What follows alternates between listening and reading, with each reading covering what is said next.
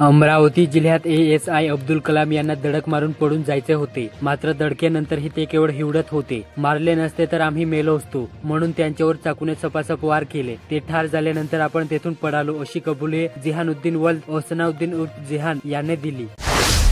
परतवाडा तालुक्यात अचलपूर नगरपालिकेच्या कर्मचाऱ्यांच्या वेतनाचा मुद्दा विधानसभेत गाजणार आहे. माजी नगरसेवक रवींद्र गोडे व संघटनेचे अध्यक्ष अनिल तायडे यांच्या नेतृत्वात आमदार संजय खोडके यांना निवेदन देण्यात आले. त्याची दखल घेत येत्या विधानसभा अधिवेशनात त्यांच्याकडून तारांकित प्रश्न उपस्थित केला जाणार आहे. दर्यापूर तालुक्यात वैद्यकीय क्षेत्रात भविष्य घडवण्याचे स्वप्न उराशी बाळगणाऱ्या यश रवींद्र नाईक हा तरुण केरळमध्ये प्रवेश निश्चित करून परत येत असताना चारचाकीला झालेल्या अपघातात ठार झाला. आईसह अन्य 3 गंभीर जखमी झाले. त्याच्या पार्थिवावर रविवारी अमरावती येथे अंत्यसंस्कार पार पडले. चांदूर रेल्वे येथे नगर परिषदेच्या 2021 मध्ये कालावधी संपल्यानंतर मुख्याधिकारी व कर्मचारी यांनी मनमानी सुरू केल्याने नगरवासियांना विविध समस्यांना तोंड द्यावे लागत आहे. या मुद्द्यावर माजी आमदार वीरेंद्र जगताप यांच्या नेतृत्वात मुख्याधिकारी यांनी वेळ मागून नियमाप्रमाणे कर्मचारी काम करत आहे का या मुद्द्यावर कान उघाडणी केली. दर्यापूर शहरातील प्रबोधन विद्यालयात आमदार गजानन लवटे यांच्या उपस्थितीत NCC अंतर्गत नारी एक महान शक्ती नारी का बढ़ता हुआ सामाजिक निर्देशांक या विषयावर आधारित कार्यक्रम पार पडला. अमरावती जिल्ह्यात राज्य शासनाने इयत्ता 1ली पासून शालेय अभ्यासक्रमात हिंदी भाषा सक्तीची केल्याच्या निषेधार्थ उद्धव सेनेकडून रविवारी शासनादेशाची प्रतिकात्मक होळी करण्यात आली. यावेळी भाजप सरकाराविरोधात जोरदार नारेबाजी करण्यात आली. अमरावती जिल्ह्यात मनुष्याच्या जीवनात निसर्ग हा अत्यंत महत्त्वाचा असून निसर्गाचे संगोपन करणे हे प्रत्येक मानवाचे कर्तव्य आहे. हे जाणून आमदार रवी राणा यांनी पुढाकार घेत हनुमान गडी येथील रामवाटिका छत्री तलाव परिसरात युवा स्वाभिमान पार्टी व वन विभागाच्या वतीने झाडे लावून वृक्षारोपण अभियानाला रविवारी प्रारंभ केला.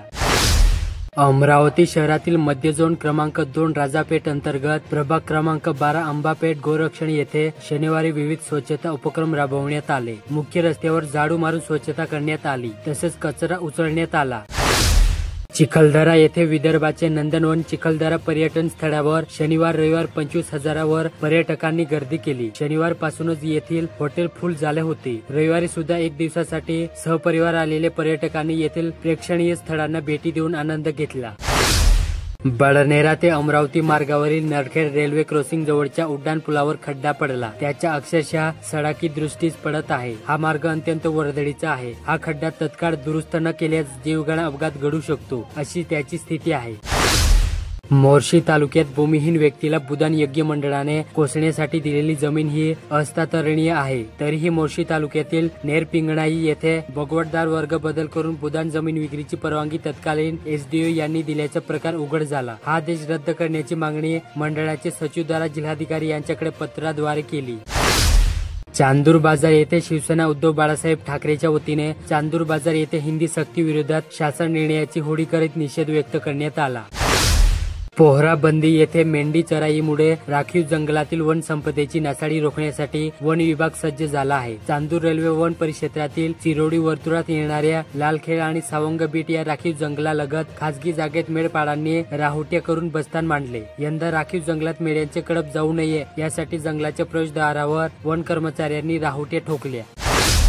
दामणगाव रेल्वे येथे मुख्यमंत्री सौर कृषी वाहिनी योजना 2.0च्या माध्यमातून शेतकऱ्यांना सिंचनासाठी दिवसा अखंडित व योग्य दाबाचा वीज पुरवठा करण्यासाठी महावितरण करून सौर ऊर्जा प्रकल्पाची कामे पूर्णत्वाकडे जात आहेत. डिसेंबर 2024 ते आजपर्यंत तालुक्यात 10 मेगावॉट क्षमतेचे 2 प्रकल्प कार्यान्वित झाले आहेत. या प्रकल्पाद्वारे 2,500 शेतकऱ्यांना दिवसा वीज पुरवठा केला जात आहे.